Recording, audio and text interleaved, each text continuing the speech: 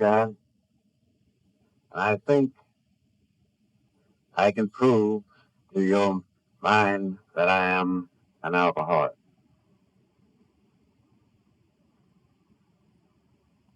I drank pathologically for a period of about 10 years. I realize that possibly many of you have drank for a much longer period of time, but in the 10 years of my drinking, I think maybe I fell from maybe the fourth rung of the ladder, certainly to the bottom.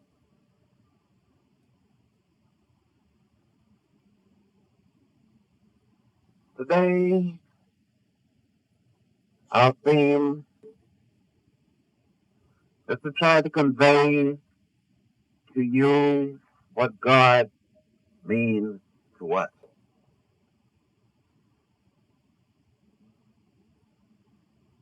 Thinking back over my early childhood days, I happened to be born in a small town in Virginia, having been exposed to a very strict religious doctrine, Baptist, possibly you all know, not the Baptists of this generation, but of the ones of the past. It was Sunday school in the morning, 11 o'clock service, BYPU at 6, services at 8, Wednesday prayer meeting, and Thursday preaching. So I was well indoctrinated. There's no doubt about that.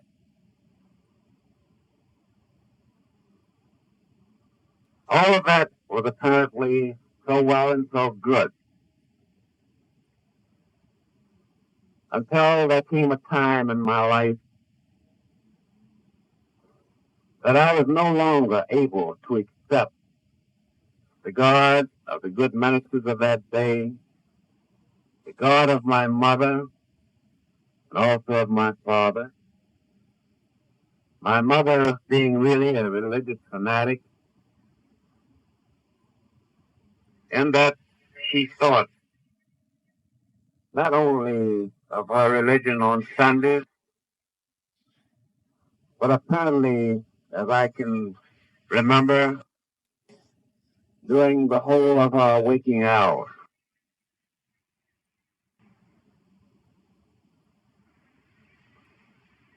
I'd like to leave this thought and pick it up a little later on. I wish to tell you just a little of my bringing up in this Christian home.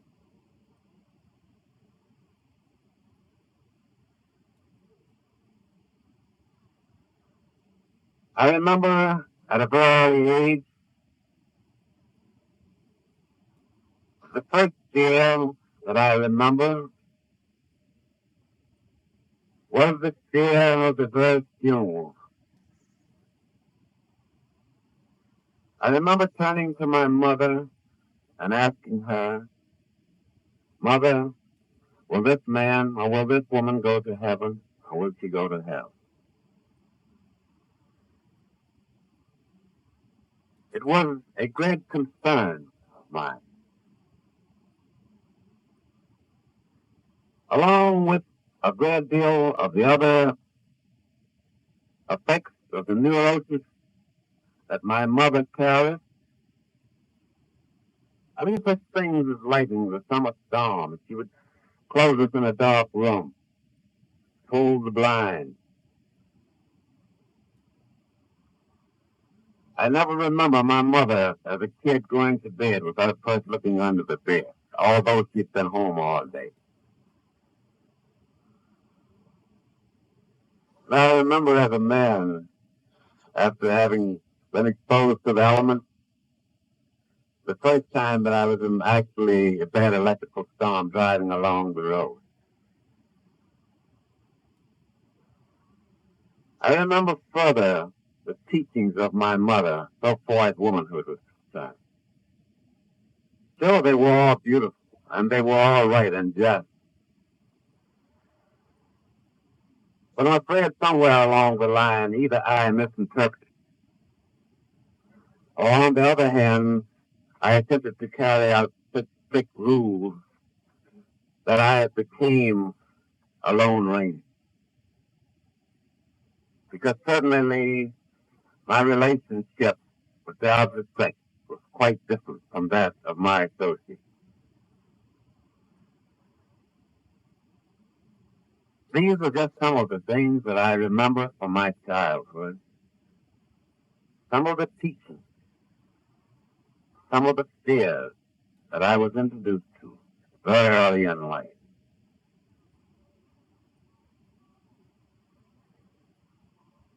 I can remember my early days in grade school. I remember on an occasion, I don't know whether this was the first or not, but certainly on one of those occasions, I fought on my way home from school. And as I said, it was a small Virginia town, approximately just about inhabitants of approximately 1,500. Everyone approximately knew everyone else. And some of the good neighbors say to my mother, your son was fighting on his way from school. When I arrived home, if I got thrashed in the street, suddenly I assure you I got a genteel one when I arrived home. My mother, not going to raise a bully. You shall not wind up in a penitentiary.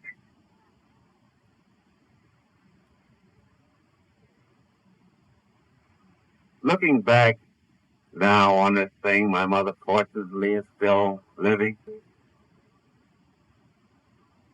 I see my mother now again being the neurotic that she was, for she herself had a very bad experience. Her father, who was more than half Indian, when she was a girl approximately around 12 years of age, killed a man with a shotgun.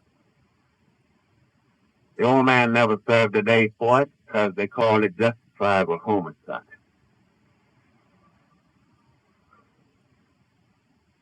So my mother was the same girl that had gone through that harrowing experience. And quite naturally, she didn't want that to happen, not to her boy. So she thought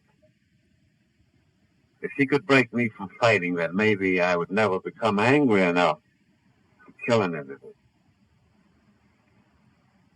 Not realizing the things that she was doing to her boy. Later on, as I grew older, I realized that I'd gotten to the place that I had no longer the desire to defend myself. I remember on one occasion, I boy took a basketball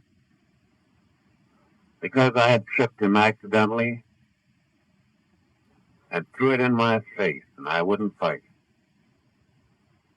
I don't know what I thought at that point. I know I became angry. Maybe I thought that if he could kill me, maybe he could eat. But I say that to show you just some of the fears that I grew up with. Soon, I was introduced to high school. There again, I found that I was out of tune with my fellow classmates. Even at the dance, I had a great deal of trouble, though I had taken the time to take dancing lessons, unbeknown to my parents, because of course the good Baptists in those days, they didn't dance.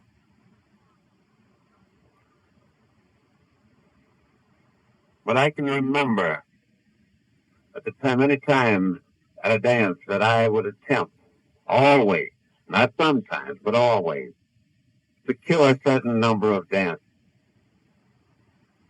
Because I knew that if I was to ask a lady to dance with me, and she refused, there would have to be a hole in the flow.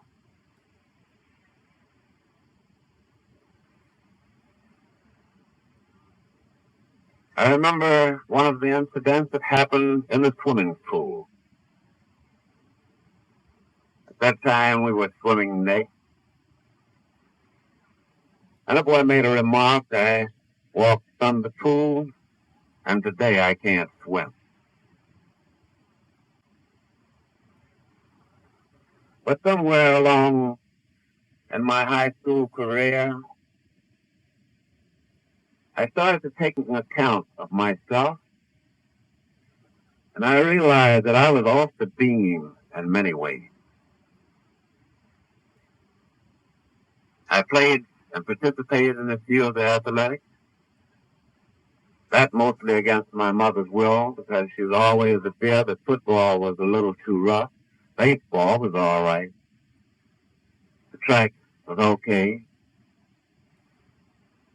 She even went to the extent to get a good physician to sign a blank in order that I may not participate in the military activity, the cadets of the high.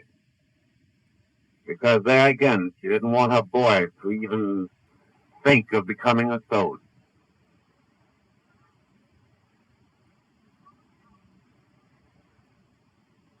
But as I said, in high school, I started to take a little inventory, and I realized that I had many, many defeats.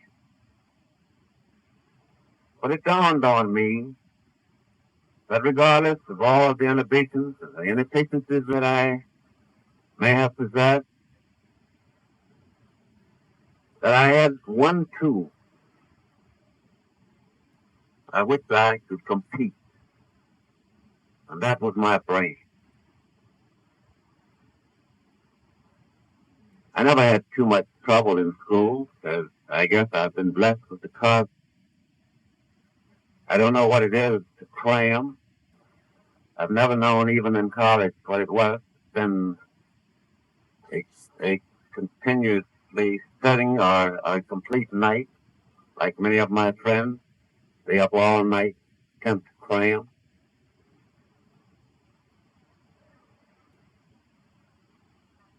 But I realize now that the gods had been kind to me in that department, and that there I could, if not excel, I could equal my fellow man. And I believe that I used that as a whip for the remainder of my time in high school through college and even into my early adult life. I read extensively many books. I was always, at all times, seeking knowledge. I guess for a long number of years, I read on an average of 3 to 4 hours each day.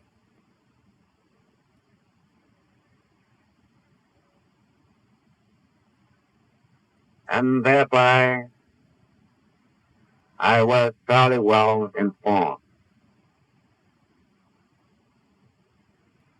But getting back again to this theme of religion and God as I understand him, of the spiritual side of life,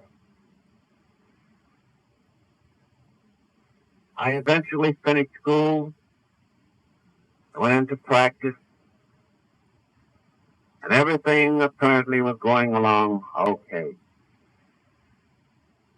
My father, who was a rural physician, had moved to Washington, D.C. He built up a wonderful practice there. Aside from that, he had the mail order medicine business going, and things were going along fairly well. In 1928, the death of my father, I don't know just what happened. I know I had a deep love for my father, much more than that I'd ever had for my mother, up to my time that I was introduced to AA. I know at times that I actually despised my mother because I held her responsible for my plight. But from the year 28 to 30 actually wasn't too bad. We apparently were able to survive the Depression of 29. But in 32, things started to happen. We didn't make as much money. We had to skint here and there possibly to keep some of the worldly goods that we were attempting to acquire. Then we were living in Washington. Something happened to us. A dead child was given to us. This being the second child, a boy. I had great hopes, as my father had had hopes in me, that I would have amounted to something. And I had great hopes for my son. I realized that I had taken special efforts before the boy's early training, his early education. I remember as most kids, when they get into possibly their first fight, he ran into the house crying. And I asked him what the trouble was. He said a big boy out in the street hit me. I looked out the window and I said, "Where's the big boy?" He said, "There he is out there." I looked out. They were about the same size. Well, I said, "Son, you'll have to go out. If he kills you, he certainly can't eat." Because I was thinking back of my rearing, and certainly I didn't want to burden my son with the things that my mother had saddled me. And I believe to this point that he has grown, that I have been able to possibly do a fair job with him. But again, in 35, skipping a few years, a lot of things started to accumulate. A lot of things started to snowball. Some of these things I was actually aware of. Others possibly were deep in the subconscious. I know that at a very early age I had been introduced to alcohol. That is the booze of the prohibition days, the corn whiskers, the moonshine, and whatnot. But I realized in 35 that I wanted a drink. I felt the need of a drink. And I can remember now, as plainly as it was yesterday, that I'd go and steal my own whiskey. Eventually, I asked me why I was drinking alone. I lied to her under the pretense that I had a cold, that I wasn't feeling up to par.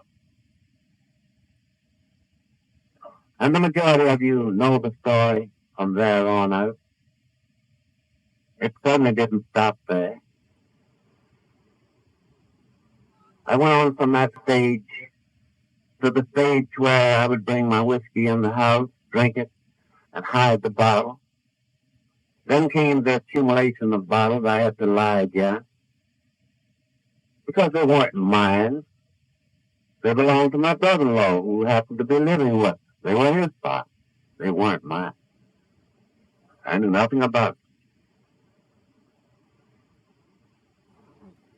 Then came the stage where I looked forward to the weekends to drink.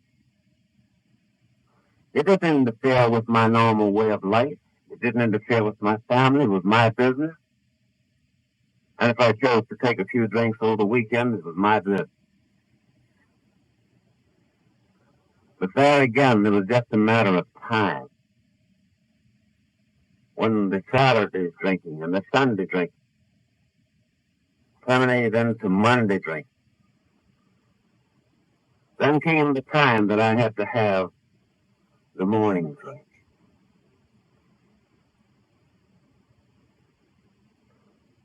And from there on out, I had to increase the morning drink until I was drinking a half a pint to get straightened out in the morning. Then there came the time that a half a pint wasn't even sufficient to get rid of the jitters. And of course, you all know what happened from there on out. It was just the prudential drunk for another day. It went from bad to worse until it got to the place that I drank daily, day in and day out. Until in 41, an incident happened that gave me a shock. A very dear friend of mine had been in the night before. He had paid me a bill that he had owed me. And on the following night, he came back and said, "Jim, over our cocktails last night, I forgot to pay you for last night's subscription for my wife."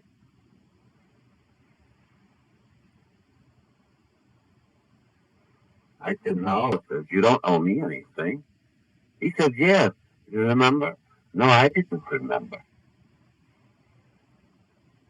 I didn't remember prescribing any. I don't remember giving him any. The following morning, I went to this friend's home. He had gone to work, talked with his wife, checked the medicines was okay. But I said to Vine, something has to be done. It was all right for me to lose my automobile. It was all right to remember having been in a tavern or at a party at 11 or 12 o'clock, got home at 4, not remembering where I'd been, what had transpired. Those were bad enough, but this was too much.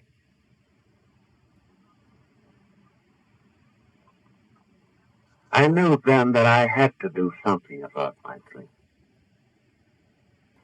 And it was at this point that I sought the aid of psychiatry. I signed myself into a hospital, a mental institution. It was at this time that I sought help from the treasurer.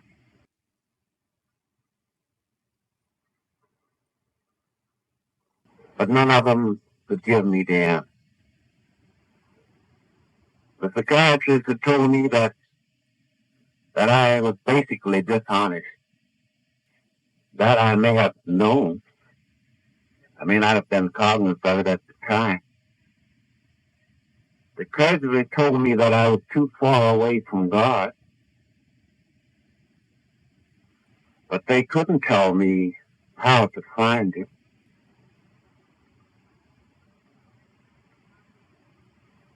The general practitioner merely said that I drank too much. I should moderate. Not one of my good friends had told me that I would have to leave it alone completely, that I couldn't drink it at all. They didn't know. They only knew possibly a little something about the dipsomaniac, the individual that drinks periodically.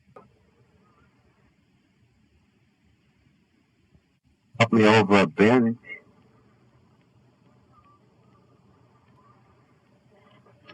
But the latter part of 41, after I realized that there's no help for me, I came to the conclusion that maybe my environment was responsible. Most of my friends were drinking possibly much too much. I wasn't the only one that was actually in trouble. There were many of us. Many of us would go to parties and weren't able to drive home. I realized also that I had to close my office. I had no other alternative than to secure a job. So I went to one of my good friends who secured a position with the Postal Service Service region. I worked there a while, and I drank, I believe, more because I had a steady salary. All I had to do was to put in the 7 hours or 8 hours. The rest of the time was mine to drink. I was assured of the salary. Then came the time, I think around in September of 41, that the Postal Service Service region was decentralized to Winston-Salem. That was joyous news to me. I remember I went home and told my wife, if I have this thing licked,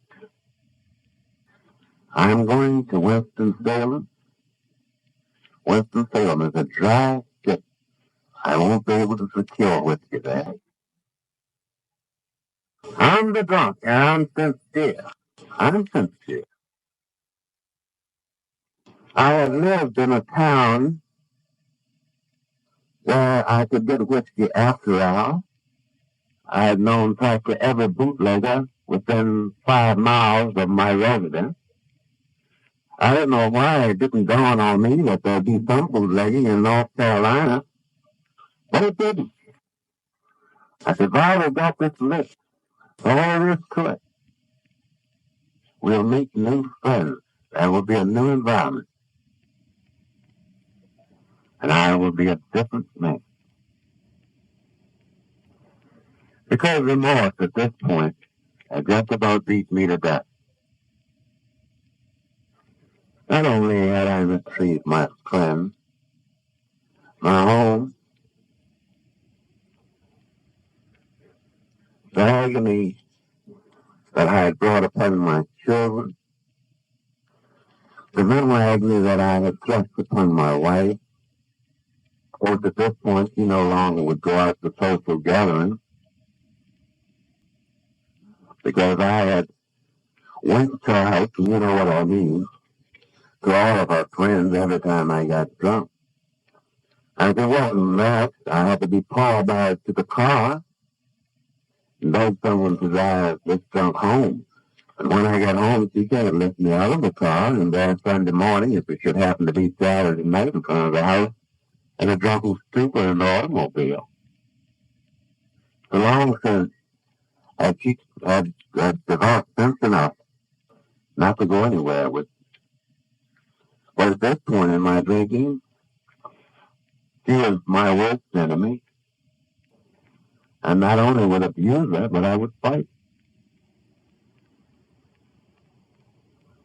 I think she's a wonderful woman to have put up with it as long as she did. Of course, eventually she got tired of it. She did something about it.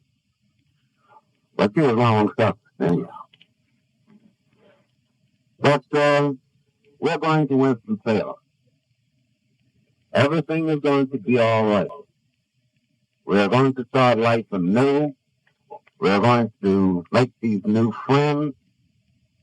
And we are going to live once again as human beings. I went to Winston, I stayed for about a month or 6 weeks because I went on ahead, secured a home, beautiful house, big 8-room house, beautiful garden, little swimming pool. And I said, I know Vi and the children will really enjoy this.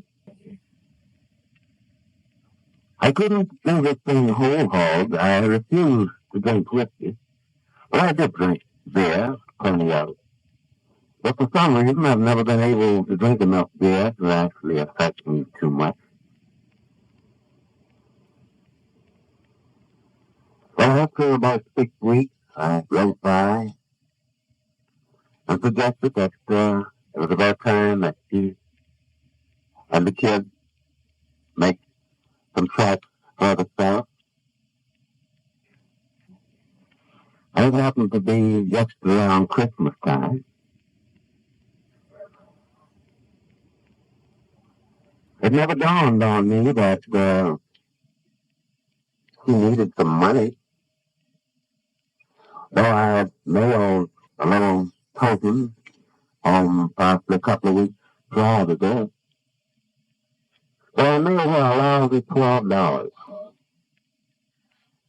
$12. Not for incidental, but to bring our Christmas supply of liquor. We must celebrate the Christmas.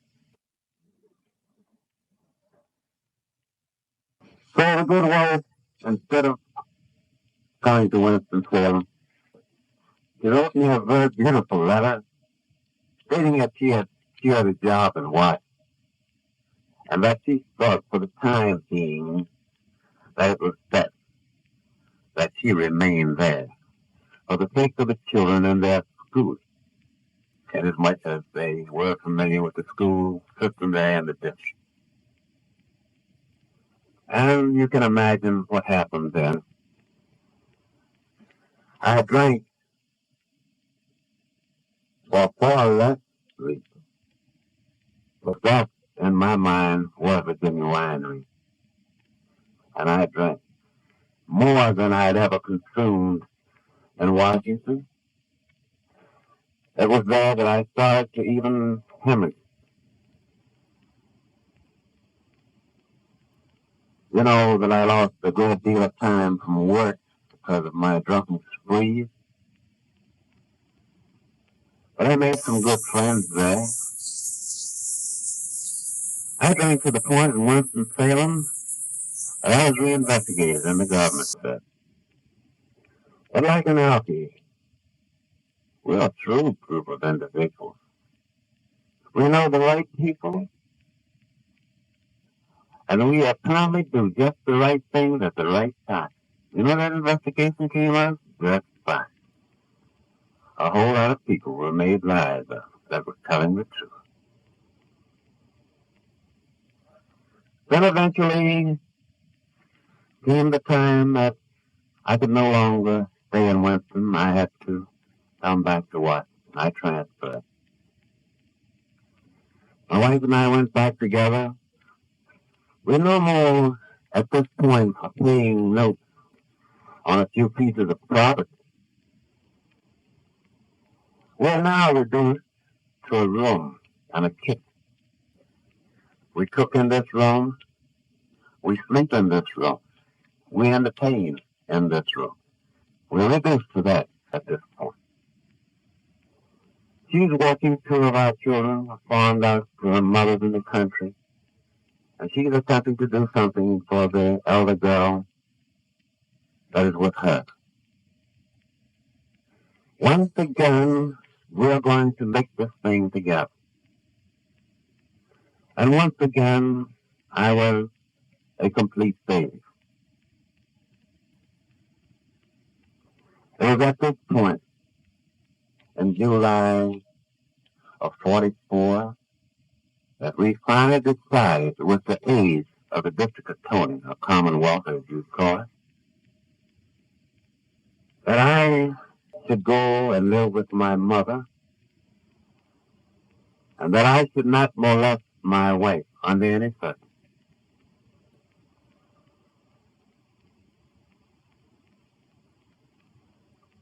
This thing actually grieves me because I'm still deeply in love with my wife. But I'm forced into this. Until eventually, I guess, I got in some pretty serious trouble about it. I guess I brooded about it a little too much. But I'm an alcoholic. I'm not able to face life as the average individual. When men lose their lives by the thousands, they're able to give them up. They're able to substitute something else. I was, even though I wasn't a fit husband, and I knew that. But I still felt that she was giving me a raw deal by leaving me out in the world all by myself. Nothing but a little kid. So I was 40 years of age.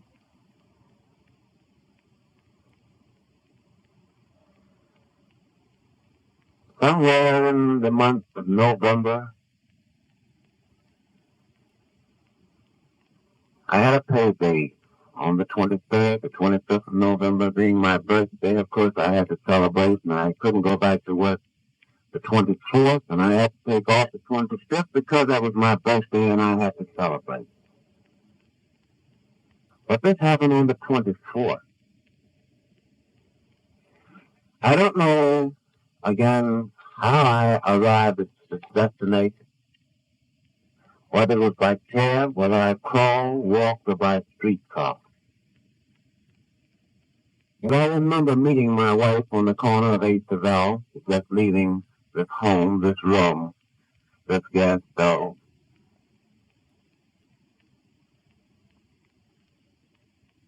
This was the cup. The following morning, at the arrangement in the court, a very stern judge who is now deceased was presiding over the case. And for some reason or other, he turned to my wife and he said, "Madam, what have you?" And she said, "Yes, Your Honor, my husband is a fine." But I really think he's gone nuts. I think he's gone crazy. He said, "If that is your opinion, I will abide by it. I will commit this man to a hospital for mental observation for 30 days.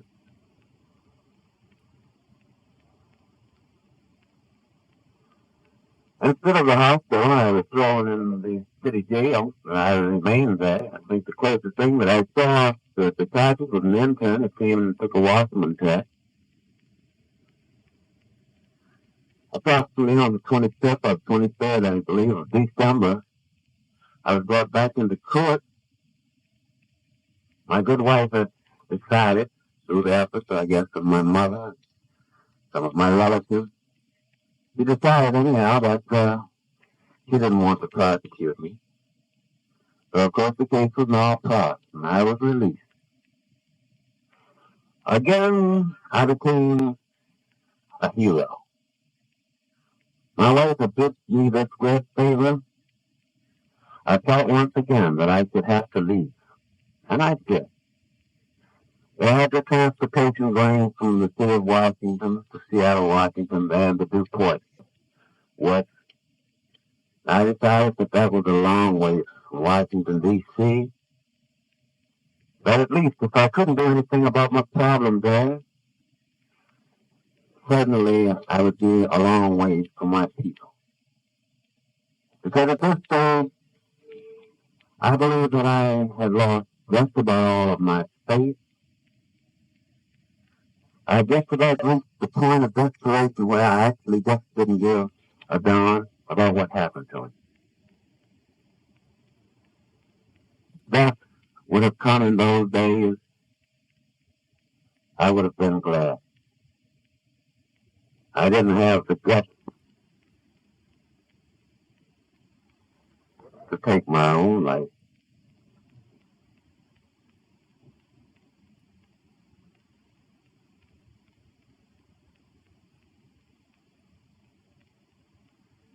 Since I thought of it, the easiest ways to do it.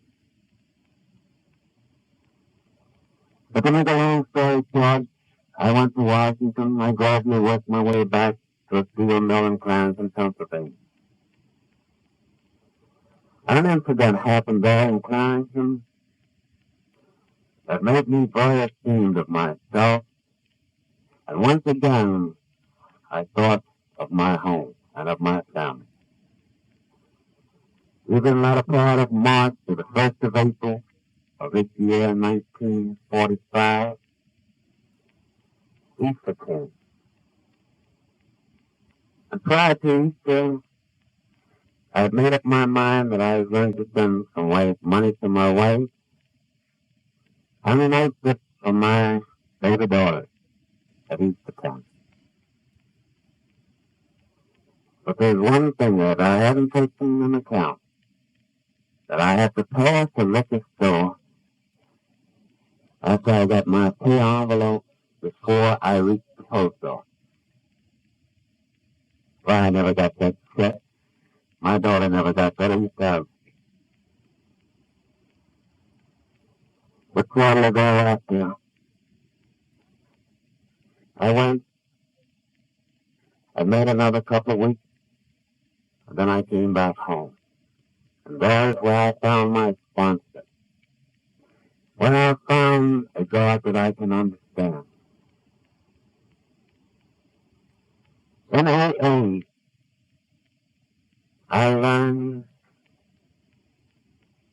that God's not up there, not an old gray man with a beard, with a stick to beat us every time that we make a mistake. But He is a loving God that I can talk with, that I can rely on Him, that every day when I reach the crossroads, that I can know that He is there. That if I have become mentally confused, that I know that He is there.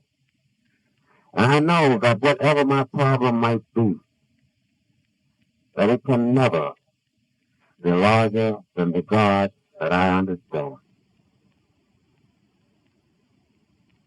It's a beautiful thing to come in AA, to get the basic knowledge, so we realize that we must be honest with ourselves and sincere. But somewhere along the line, something else creeps in. And we know for ourselves that behind all of the miracles that we see transformed in AA is a kind and loving God. As it was said here in this convention, that He will never leave us, that certainly we shall have to leave Him. And God bless you all.